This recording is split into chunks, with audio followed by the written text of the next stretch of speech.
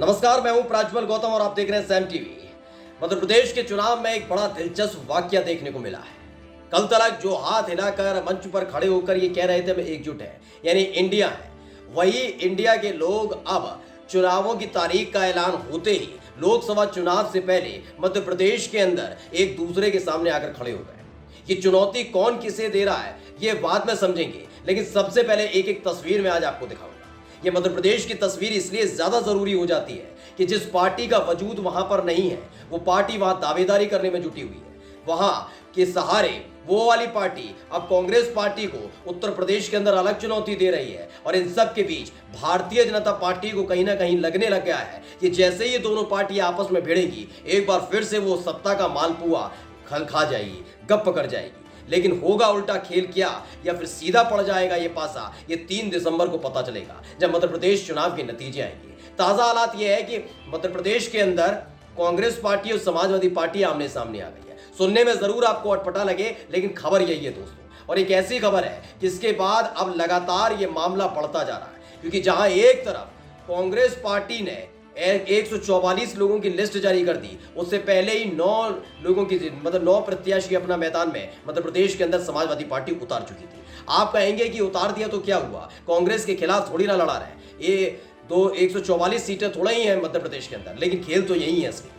दरअसल 9 सीटों पर समाजवादी पार्टी ने अपने प्रत्याशी उतारे। वो प्रत्याशी कांग्रेस पार्टी के तमाम नेताओं से साठगांठ करके, बातचीत करके, एक टेबल पे मेज पर बैठकर, ये तमाम चीजों के जरिए नहीं हुए थे, बल्कि सीधे और सटाक तरीके से उसने अपने उतार दिए। क्योंकि कई दौर की बैठक, कई दौर की बातचीत हो चुकी थी।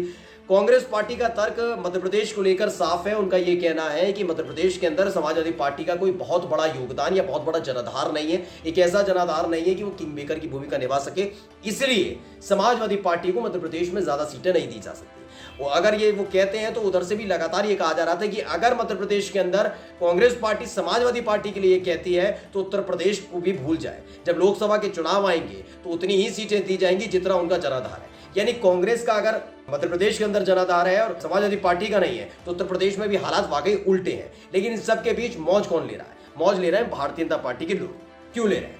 वैसे तो बहुत बड़ी बात नहीं है, क्योंकि ये बात हकीकत है कि समाजवादी पार्टी कोई खास बहुत बड़ी पार्टी ऐसा कि जिससे भारतीय जनता पार्टी को खासा नुकसान होने जा रहा हो, या फिर भारतीय जनता पार्टी की जगह कांग्रेस को बहुत बड़ा फायदा होने जा रहा हो, ऐसा कुछ भी नहीं है दोस्तों। यानी मध्य प्रदेश के अंदर बहुत कांटे की टक्कर होने जा रही है। वैसे तो कहा जा रहा है, जो सर्वे निकलकर सामने आते हैं उसमें साफ पता लगता है, जो मध्य प्रदेश है, मध्य प्रदेश के अंदर कांग्रेस की स्थिति 2018 से भी बेहतर होने जा रही है। और यही वजह है कि समाजवादी पार्टी चाहती है वो अपना योगदान उसमें दे।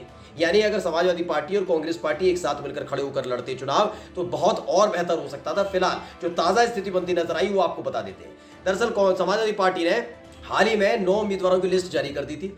इन लिस्ट में क्या था कि ऐसी एमपी में 4 सीटें ऐसी हैं जिनमें समाजवादी और कांग्रेस दोनों ही प्रत्याशी उतार रखे हैं। 9 सीटें उतारा गया। तमाम जो बड़े बड़े नेता हैं, चाहे वो प्रभारी कांग्रेस पार्टी के हो मध्य प्रदेश के अंदर या समाजवादी पार्टी के हो, सब तरफ से बात हुई। रामगोपाल यादव के बीच में ही बात हुई थी, सुरजेवाला भी बातचीत में शामिल थे, तमाम लोग थे, अलग अलग तरीके से बातचीत की गई। तो लग रहा था कि अब नहीं तो तब, तब नहीं तो तब, कहीं ना कहीं इसको लेकर एक माहौल बनता हुआ नजर आएगा। लेकिन हुआ क्या, आखिरकार समाजवादी पार्टी ने हाथ खड़े कर दिए और कहा कि हम तो अपने प्रत्याशी उतारने जा रहे हैं, जहां जहां हमें लग रहा है कि मजबूती में, यानी कांग्रेस पार्टी के सामने खड़े कर दिए। अब कहा जा रहा है कि कांग्रेस पार्टी ने भी साफ तौर पर कर दिया कि अगर यही खेल है तो हम भी पीछे हटने वाले नहीं। मध्य प्रदेश में कम से कम समाजवादी पार्टी की तो इतनी हिम्मत नहीं है कि वो कांग्रेस को चुनौती दे सके और कांग्रेस से सीटें छीन सके। इसलिए उन्होंने 144 उम्मीदवारों की लिस्ट जारी कर दी, जिसमें से 4 सीटें ऐसी हैं साफ तौर पर जिन सीटों पर आमने सामने की लड़ाई कांग्रेस में और समाजवादी पार्टी के अंदर होने जा रही है। लेकिन ताजा आंकड़े की अगर हम बात करें, अगर आज ये समाजवादी पार्टी और जो कांग्रेस का अगर ये झगड़ा चलता है तो क्या होता है, और अगर ये सुलझ जाता है तो क्या होता है, अगर ये दोनों एक साथ आते हैं। आपको पहले ही बता दूं कि जो आंकड़े निकलकर आ रहे हैं, सर्वे निकलकर सामने आ रहे हैं, उसमें साफ पता लग रहा है कि मध्य प्रदेश के अंदर अगर कांग्रेस पार्टी और समाजवादी पार्टी का यही आंकड़ा रहता है, यानी अब ये 9 सीट से ज्यादा समाजवादी पार्टी अगर मध्य प्रदेश के अंदर अपने प्रत्याशी नहीं उतारती है, तो यकीन मानिएगा तब भी कांग्रेस को बहुत बड़ा नुकसान होने नहीं जा रहा है। नुकसान हो सकता है 1-2 सीटों का, हो सकता है ज्यादा नहीं, क्योंकि जो आंकड़ा बता रहा है, भारतीय जनता पार्टी के कई ऐसे कद्दावर नेता हैं, जो कद्दावर नेता जिनकी साख दांव पर लगी है, और इन चुनावों में हो सकता है भारी झटका भारतीय जनता पार्टी को लग जाए। मैं प्रत्याशियों की बात नहीं कर रहा, मैं विधायकों की बात नहीं कर रहा, मैं मंत्रियों तक की बात कर रहा हूं। कई मंत्री हैं जिनकी रिपोर्ट कार्ड बहुत खराब है, एक तो रिपोर्ट कार्ड खराब है, दूसरा ये है कि भारतीय जनता पार्टी पर भरोसा नहीं रहा, तीसरा ये कि जो सत्ता परिवर्तन 2018 में जनता ने किया था उसका अपमान खुद भारतीय जनता पार्टी ने किया था, चौथा ये बताया जा रहा है कि सिंधिया ने जो कुछ किया था उसको लेकर कांग्रेस को लेकर लोगों में ज्यादा सहानुभूति है कि हाँ हमने जनाधार दिया था, हमने दिया था, वोट दिया था, हमने कांग्रेस पार्टी को दिया था, सिंधिया के नाम पर भी दिया था कि सिंधिया ने हमारे वोट बैंक के साथ खिलवाड़ किया और उसके बाद इस सारा का सारा खेला हो गया और रायता फैल गया। वरना कांग्रेस ही यानी कमलनाथ ही मुख्यमंत्री होते। तो कहीं ना कहीं ये झटका चार चीजों से एंटी इनकम्बेंसी है ही है, दूसरा बीजेपी के नाम से, तीसरा मंत्रियों और विधायकों के काम से खुश नहीं है, जिनसे खुश भी हैं उनको भारतीय जनता पार्टी की वजह से पसंद नहीं कर रहे हैं, चौथा मैंने आपको ही बता ही दिया कि जिस तरह से 2018 में हुआ था उसके साथ धोखाधड़ी की गई, उसको लेकर नाराजगी है। तो अब यही बात निकलकर सामने आ रही है कि अगर ये सब चीजें होती हैं, अगर ये सारा खेल खेला जा रहा है तो उसमें समाजवादी पार्टी ने जो रंग दिखाया है, जो रूप दिखाया है, उसका असर कितना पड़ता हुआ नजर आएगा ये पता लगे। नमस्कार। सब्सक्राइब करें साम टीवी, क्योंकि हम आ गए हैं अब आपके बीच, दिखाएंगे सत्ता के वादों और अपराधियों के एक एक कारनामे की हकीकत। और हाँ, अगर आपके पास भी हो कोई ऐसी खबर तो कमेंट करके हमें बताएं, क्योंकि बिना डर और दबाव के हम दिखाते हैं हर एक खबर डंके की चोट पर।